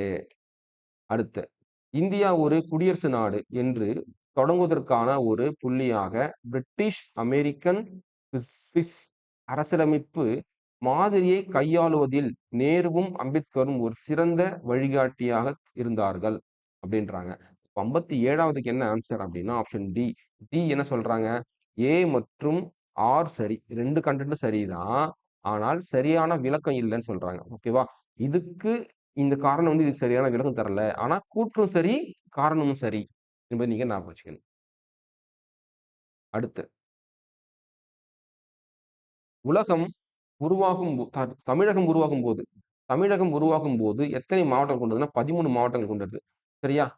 எப்போ உருவாச்சு அப்படின்னா 1956வது மாநில மாநில மறு சீரமைப்பு சட்டம். ஓகேவா? சட்டத்தின் மூலமாக 14 மாநிலங்கள் 6 யூனியன் பிரதேசம் உருவாக்குனாங்க. அதுல ஒண்ணுதான் தமிழ்நாடு. தமிழ்நாடு சொல்லிட்டு உருவாக்கப்படும் போது மதராஸ் மாகாணம் சொல்லிட்டு உருவாக்குனாங்க. அப்போ மதராஸ் மாகாணத்துல 13 மாவட்டங்கள் இருந்துச்சு. இந்த மதராஸ் என்ற மாகாணம் தமிழ்நாடு என எப்போது பெயர் மாற்றப்பட்டது அப்படின்னா 1969. ஓகே, ஞாபகம் வச்சுங்க. அடுத்த கேள்வி. இந்திய அரசு 1979ஆம் ஆண்டு 2வது பிற்படுத்தப்பட்டோர் ஆணையத்தை நியமித்தது. அதன் தலைமையில் இருந்தது யார் அப்படின்னா அவர் தான் பிபி மண்டல். ஓகேவா? 59வதுக்கு பிபி மண்டல் தான் முக்கியமானது. பிபி மண்டல் கூட very very important. Mandal commission என்ன பண்ணாங்கன்றது நீங்க படிச்சு வைக்கணும். பாருங்க, மண்டல் கமிஷன் பற்றிய பின்வரும் கூற்றுகளில் உண்மையானவை எவை? ஓகேவா? 165 60வது கேள்விக்கு என்ன ஆப்ஷன்னா ஆப்ஷன் டி. ஆப்ஷன் டி சொல்றாங்க பாருங்க, 3 ஒன்லின்னு சொல்லியிருக்காங்க. இப்போ 3 ஒன்லி அப்படின்னா சுருக்கி காட்டலாம். 3 ஒன்லி அப்படின்னா என்ன? மண்டல் கமிஷன் அல்லது 3வது சமூகம் மற்றும் கல்வியில் பின்தங்கிய வகுப்பினர் கமிஷன் 1979இல் நிறுவப்பட்டது. நாட்டின் மக்கள் தொகையில் 72% இதர பிற்படுத்தப்பட்ட வகுப்பினரை உள்ளடக்கியதாக ஆணையம் தெரிவித்தது. இந்த ஆணையம் இந்துக்கள் அல்லாத பிற்படுத்தப்பட்ட வகுப்பினரையும் அடையாளம் கண்டுள்ளது. இதுல இது சரின்னு கேக்குறாங்க. உண்மையானவை எதுன்னு கேட்டா அப்படின்னா ஆப்ஷன் 3. சி மட்டும் தான் அதுல கரெக்ட். 3 மட்டும் கரெக்ட். ஆப்ஷன் டி தான் சரியான விடை. யூபிஎஸ்லாம் கொஸ்டின் இப்படிதான் வரும். ஓகேவா? காலவரிசைப்படி சொல்றாங்க. பின்வரும் நிகழ்வுகளை காலவரிசைப்படி ஒழுங்குபடுத்தவும். சிவில் உரிமைகள் பாதுகாப்பு சட்டம், தீண்டாமை குற்றச்சட்டம், தாழ்த்தப்பட்ட சாதிகள் மற்றும் பழங்குடியினர் தடுப்பு கொத்தடிமை தடுப்பு சட்டம், சிறுபான்மையருக்கான தேசிய கமிஷன். வரிசைப்பட்டு சொன்னாங்க அப்படின்னா 2134. 2134 இதுதான் ஆர்டர்.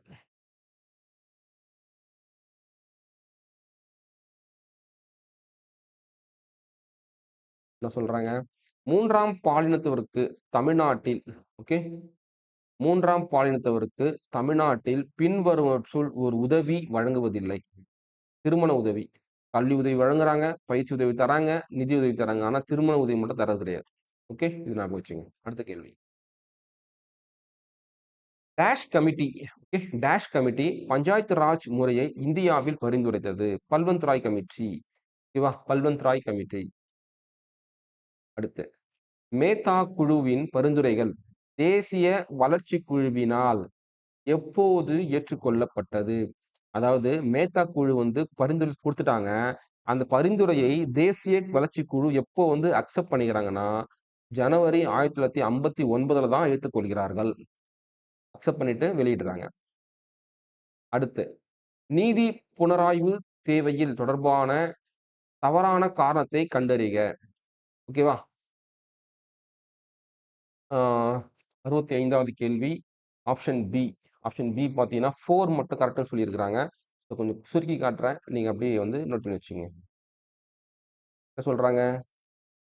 அதாவது அரசமைப்பே அனைத்திற்கும் மேலானது என்ற கொள்கையை உயர்த்தி பிடிக்க, கூட்டாட்சி சமநிலையை தொடர்ந்து பராமரிக்க, குடிமக்களின் அடிப்படை உரிமைகளை பாதுகாக்க, மக்களின் விருப்பமே அனைத்திற்கும் மேலானதாக இருக்க. இதுல பாத்தீங்க அப்படின்னா 4th one is correct. Option B. அடுத்து இந்திய அரசியலமைப்பின் பிரிவு 280 ஒரு டேஷ் வழங்குகிறது. நிதி ஆணையம். ஓகேவா? தற்போது 16வது நிதி ஆணையம் செயல்பட்டு கொண்டிருக்கிறது 2025 கணக்கின்படி. ஓகேவா? இதனுடைய தலைவர் யாரு? அரவிந்த் பணக்காரியா. ஓகேவா? இதுக்கு 15வது கமிஷன் தலைவர் யார் அப்படின்னா என்.கே. சிங். என்.கே. சிங் இருந்தாரு. 14வது கமிஷனுக்கு யாருன்னா ஒய்.வி. ரெட்டி இருந்தார். ஓகே, ஞாபகம் வச்சுங்க. நிதி ஆணையம்.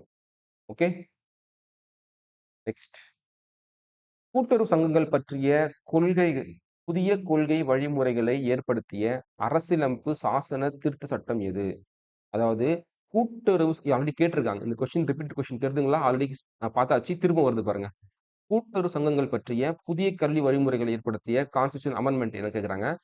97th amendment. Okay, 97th amendment ஞாபகம் வச்சுங்க. நெக்ஸ்ட் கல்வி உரிமை இந்திய அரசியலமைப்பின் எந்த சட்ட வகுப்பால் உத்தரவாதம் செய்யப்பட்டிருக்கிறது? கல்வி உரிமைனாவே 21A. ஓகேவா? இது பாத்தீங்க அப்படின்னா அடிப்படை உரிமைகள் இருக்கும். அடிப்படை உரிமைகள்ல எழுத்து ஆளப்பட்டது. இந்த 21A என்ற கான்ஸ்டிடியூஷன் விதி எதை திருத்தி கொண்டு வரப்படுதுன்னா டிபிஎஸ்பியில் இருக்கக்கூடிய ஆக்ட் 45 வந்து திருத்தி தான் இந்த பகுதி வந்து கொண்டு வைக்கிறாங்க. எதுலன்னா பகுதி 3ல வந்து 3 என்ற பகுதியில அடிப்படை உரிமைகள்ல கொண்டு போய் 21A சொல்லிட்டு ஒண்ணு வைக்கிறாங்க. ஓகேவா? என்ன சொல்றாங்க அப்படின்னா 6 to 14 வயது குழந்தைகளுக்கு அடிப்படை கல்வி கொடுக்கிறது அரசின் கடமையாக வரையறுக்கிறாங்க. அடிப்படை கடமையாக வரையறுக்கிறாங்க. அடுத்த 69வது கேள்வி. 69 ஆப்ஷன் டி. 1, 2, 3. ஓகேவா? 1, 2, 3. இந்திய அரசியலமைப்பு முகவுரையில் மொழி மற்றும் லட்சியங்கள் கீழ்கண்ட எந்த அரசமைப்பின் செல்வாக்கினால் உருவாக்கப்பட்டதாகும்? ஓகேவா? America, France, Russia. பாருங்க, இதுல வந்து அனைத்தும் சரிதான். ஓகே,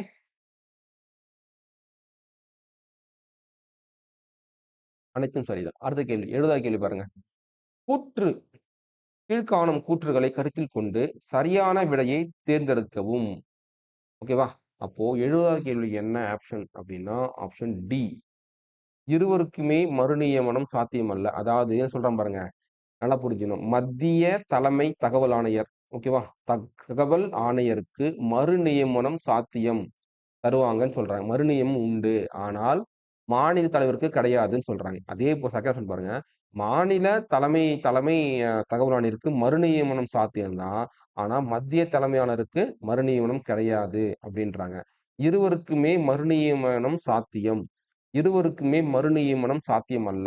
அப்ப ஆப்ஷன் என்னன்னா விஷயம் என்னன்னா இந்த தகவல் ஆணையர் இருக்காரு இல்லையா? தகவல் ஆணையருக்கு ஒருத்தரை வந்து அப்பாயின்மெண்ட் பண்ணிட்டாங்க அப்படின்னா அவரை அப்பாயின்மெண்ட் பண்ணலாமா வேணாவா அது சாத்தியம் இருக்கா இல்லைன்னு சொல்றாங்க. இதுல பார்க்கும்போது என்ன அப்படின்னா தேசிய மற்றும் மத்திய மற்றும் மாநில தகவல் ஆணையர்களை ஒரு முறை அப்பாயின்மெண்ட் பண்ணிட்டாங்க அப்படின்னா அகைன் பண்ண மாட்டாங்க, சாத்தியமில்லை. அப்போ இருவருக்குமே நியமனம் என்பது சாத்தியமில்லாத ஒன்று. ஓகேவா? நெக்ஸ்ட், சர்க்காரிய ஆணையம் பற்றி தவறான கூற்றினை தேர்வு செய்க.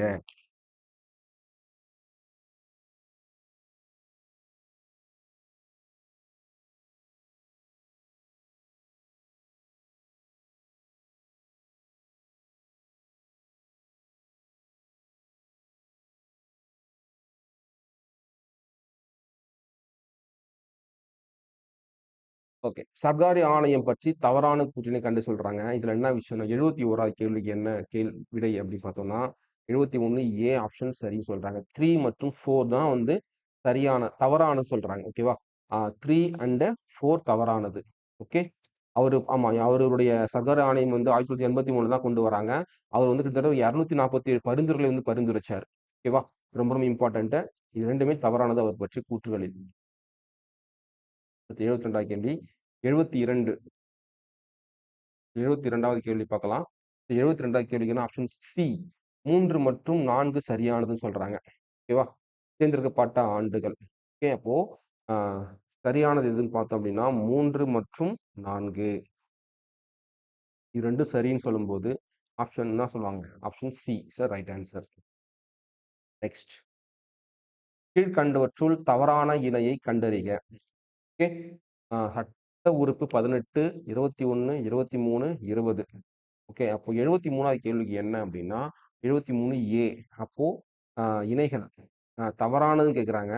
தவறானது பார்க்கும்போது 3 அண்ட் 4. ஓகே. 3 அண்ட் 4 தவறானது. அப்போ ஆப்ஷன் ஏ சரியானது. ஓகேவா? இது 2மே தவறுன்னு சொல்லிட்டாங்க. ஓகேவா? அப்போ இது 2மே சரிதான். அடுத்து 74.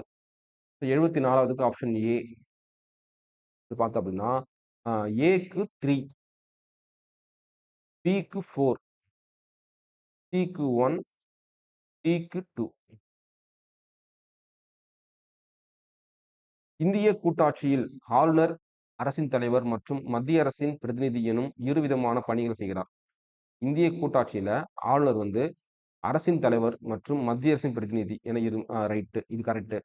ஆளுநர் என்ற நிறுவனமே கூட்டாட்சிக்கு எதிரானது அப்படின்னு சொல்றாங்க. ஆளுநர் என்ற கான்செப்டே அந்த பதவியே வந்து கூட்டாட்சிக்கு எதிரான விஷயம் அப்படின்னு சொல்லும்போது 75வதுக்கு என்ன அப்படின்னா ஏ. ஓகே. அப்போ கூற்று சரி, காரணம் தவறு.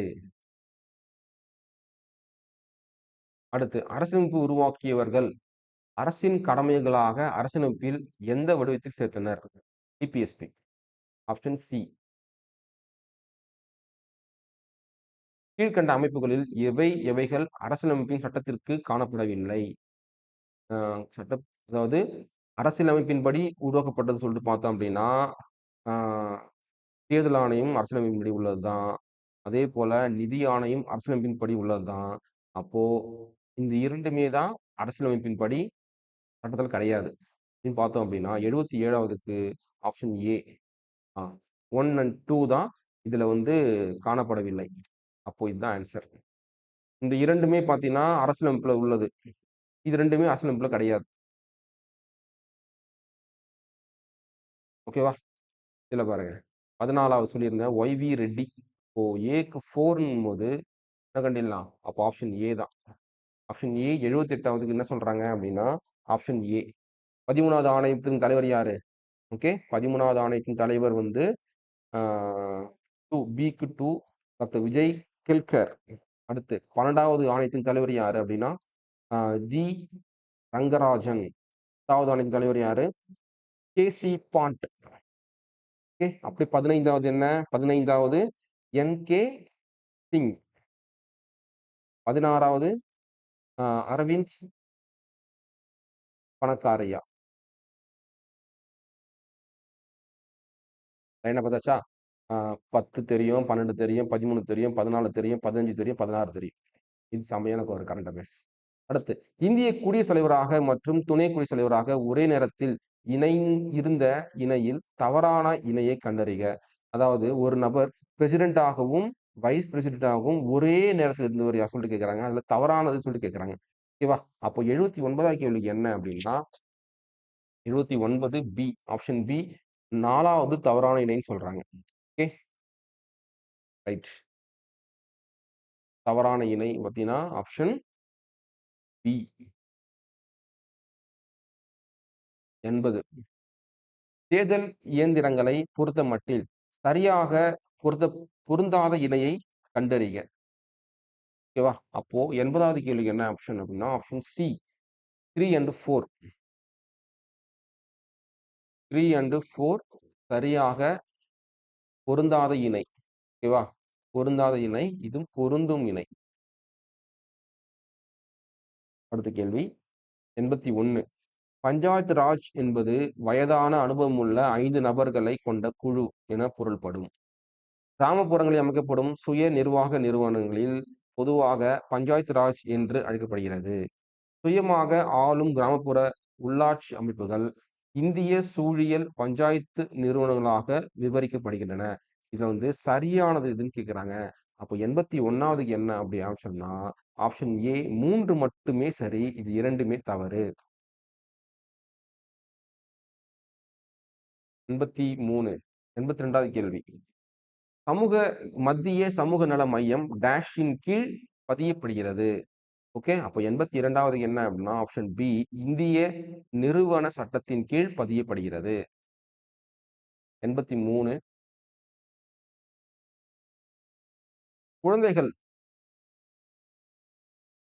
குழந்தைகள் தங்களிடம் இளம் பருவ குழந்தைகள் பராமரிப்பு மற்றும் கல்வி உரிமையை அரசிடம் இருந்து பெறுவதை பற்றி கூறும் அரசமைப்பு சட்ட உறுப்பு என்ன?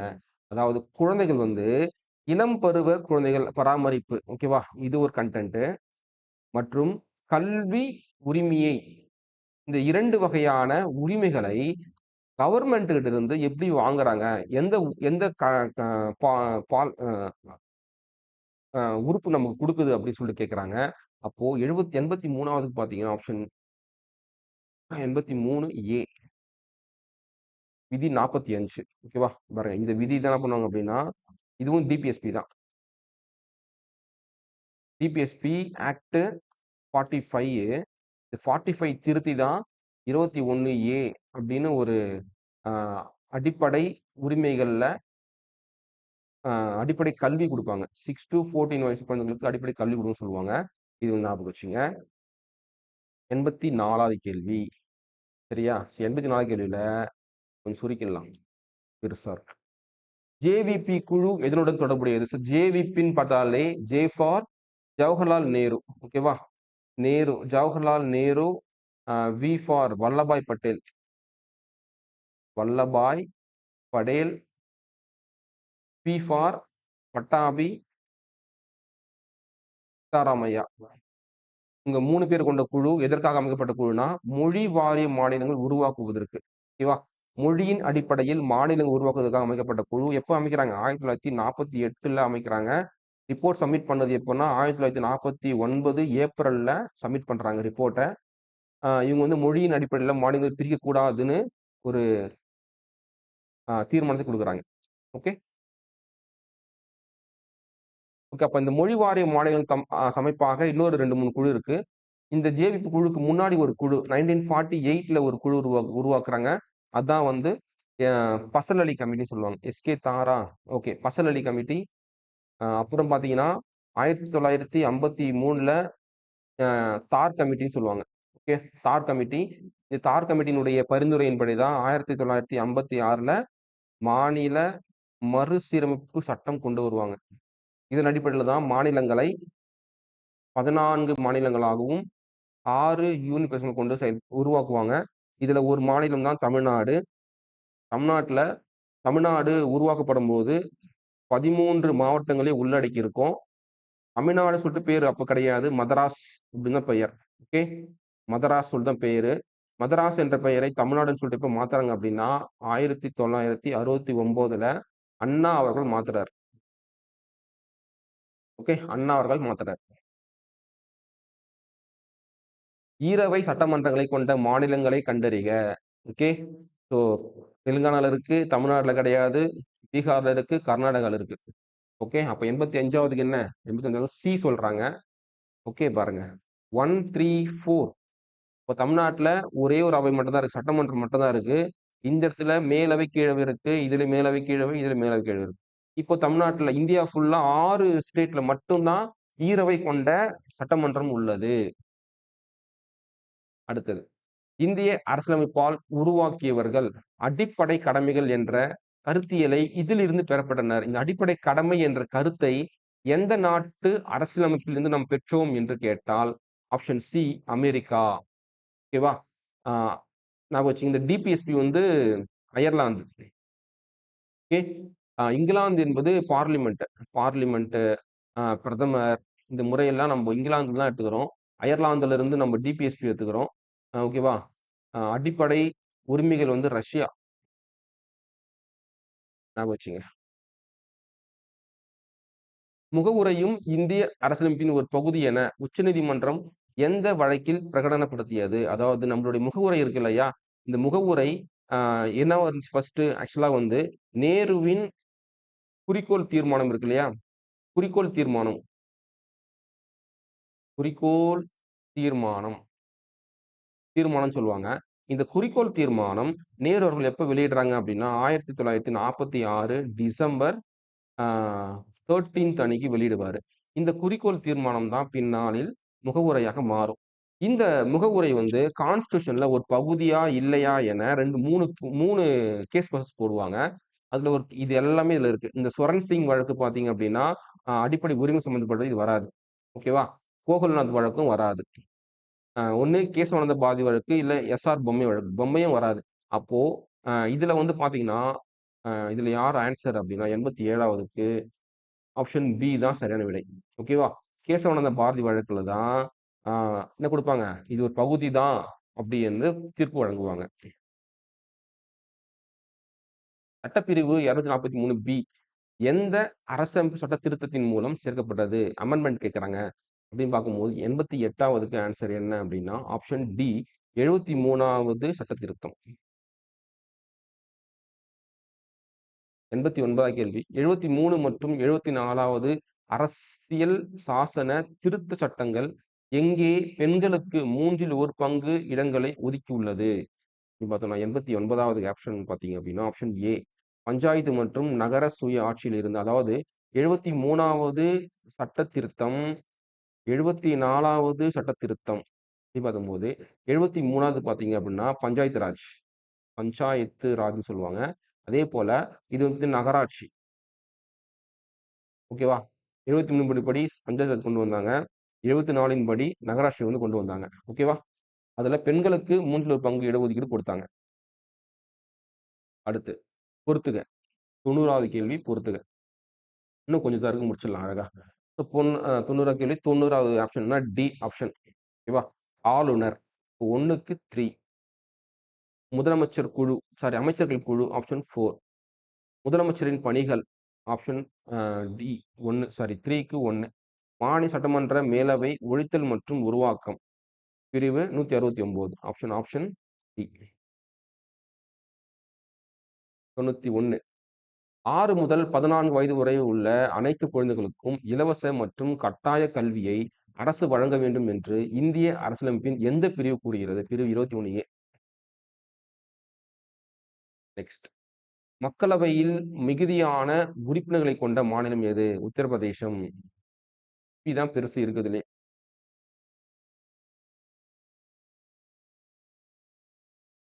அடுத்து 93. 92 சியா? ஓகே. 93 பார்த்தீங்கன்னா, கூற்று காரணம். நிலச்சீர்திருத்தம் என்பது நிலக்கிழாரிடம் இருந்து இருக்கும் நிலங்களை நிலமற்றவர்களுக்கு மறு பகிர்வு செய்வது ஆகும். நில சீர்திருத்தம் கேரளாவில் வெற்றி பெறவில்லை. அப்படி ஒரு கருத்து இருக்குங்க. சரியா? என்ன சொல்றாங்க? அப்போ ஆப்ஷன் என்ன சொல்றாங்க? 93வது ஆப்ஷன் என்ன அப்படின்னா, ஆப்ஷன் ஏ. ஆப்ஷன் ஏ 93 கூற்று மற்றும் காரணம் சரி. கூற்று சரி, காரணம் தவறு. ஓகேவா?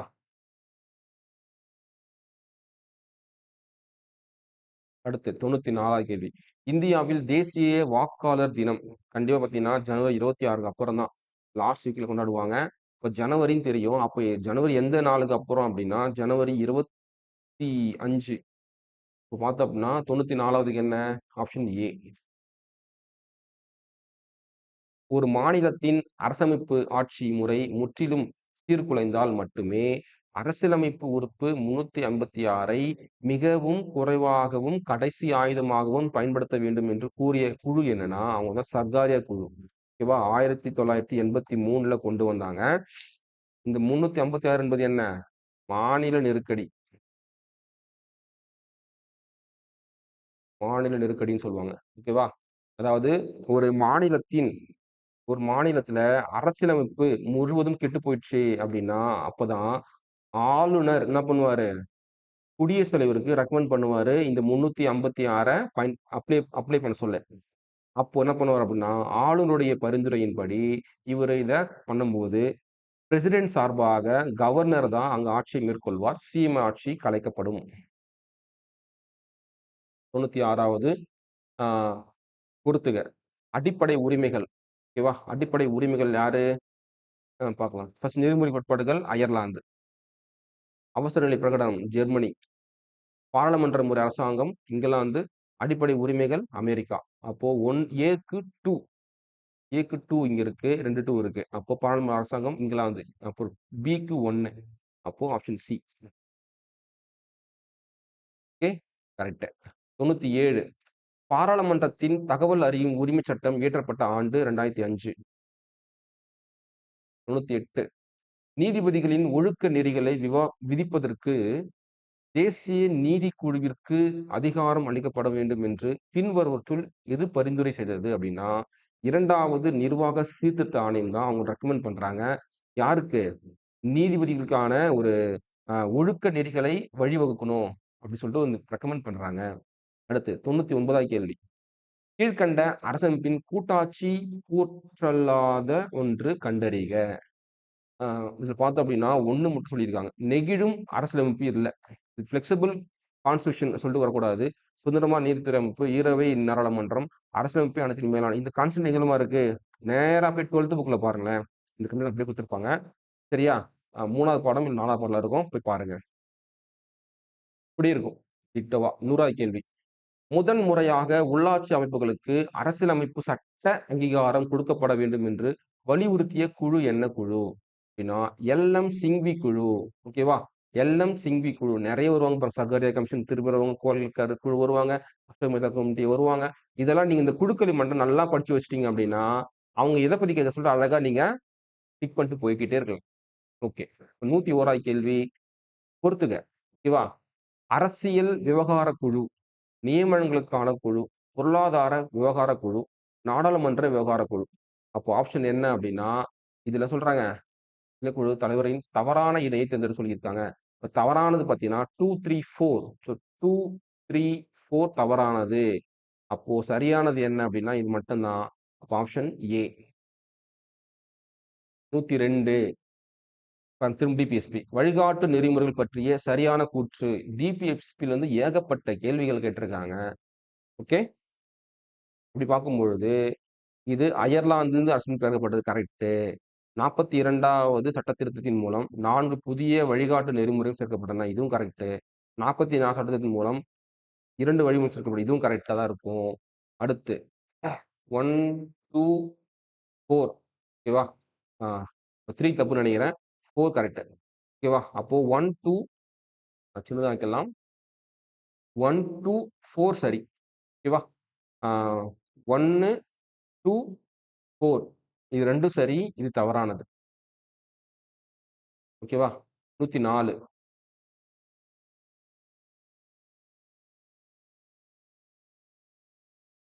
இது பார்க்கும்போது, பொதுவான இந்திய அரசியலமைப்பு சட்டத்தின் அடிப்படை உரிமைகள் எதுன்னு கேட்குறாங்க. ஓகேவா? இது ரொம்ப ரொம்ப இம்பார்ட்டன்ட். தனிநபர் சுதந்திரத்தை அரசு எடுத்துக்கொள்ளக் கூடாது என்றும் எதிர்மறை கட்டுப்பாடுகள். இது கரெக்ட். ஓகேவா? குடிமக்களுக்கு குடி வழங்கப்பட வேண்டிய உரிமைகள். இது வந்து இதுல வராது. அடிப்படை உரிமைகள்ல வராது. குடி குடிமக்களுக்கு இடையான கட்டுப்பாடு இதுவும் அதுல வராது. திட்டக்குழுவின்படி பட்டியல்கள் இதுல வராது. ஓகேவா? அப்போ 4வது தான் அடிப்படை உரிமைகள்ல வரக்கூடியது. அடுத்து, இந்திய அரசியலமைப்பின் முகவுரையை பற்றிய தவறான கூற்றை கண்டறிக. 76ல திருத்தம் பண்ணியிருக்குன்னு சொல்றாங்க. முகப்புரையில் அரசியலமைப்பின் நோக்கத்தை விளக்குகிறது. தவறானது கேட்குறாங்க. கரெக்ட். இது கரெக்ட். அரசியலமைப்பின்படி ஆதாரங்களை சுட்டிக்காட்டுகிறது கரெக்ட். நீதிமன்றத்தால் நடைமுறைப்படுத்தப்பட உட்பட வேண்டிய கூடியதாகும். இது தப்பு. அப்போ ஆப்ஷன் சி. அடுத்து கடைசி கேள்வியாக சரியான விடையை தேர்வு செய்யவும். 1, 2 சரின்னு சொல்றாங்க. அப்போ 1, 2, 3 அனைத்தும் சரிதான். பெண்களுக்கான தேசிய ஆணையம் என்பது ஒரு சட்டப்பூர்வமான அமைப்பு ஆகும். இந்த அமைப்பு 1992ல் நிறுவப்பட்டது. இந்த ஆணையம் ராஷ்டிர மகிழா எனும் மாத மாத செய்தி மாடலை வெளியிடுகிறது. நியூஸ் பேப்பரை வெளியிடுதுன்னு சொல்றாங்க. News letters monthly magazine. ஓகேவா? இது ரெண்டுமே கரெக்டா. இப்ப எல்லாமே சரிதான். ஓகேவா? இது அனைத்தும் சரின்னு கொடுத்துருக்கலாம். ஓகேவா? இந்த வீடியோ பார்த்துருப்பீங்கன்னு நினைக்கிறேன். முழுவதுமா பார்த்தாச்சுங்க. அதாவது 2024ல நடத்தப்பட்ட அனைத்து தேர்வுகளிலும் இருந்து இந்த வினாக்கள் எடுக்கப்பட்டுள்ளது. ரொம்ப யூஸ்ஃபுல்லா இருந்ததுன்னு நினைக்கிறேன். பார்த்து தெரிஞ்சுக்கணும். அடுத்த வீடியோல இன்னொரு முக்கியமான ஒரு வீடியோ சந்திக்கலாம். நன்றி, வணக்கம்.